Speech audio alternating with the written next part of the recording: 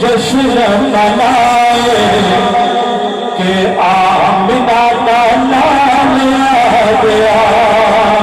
अपने हाथों में उठाकर कहिए सुभान अल्लाह। जश्न मनाए के आमिना का नाम आ गया।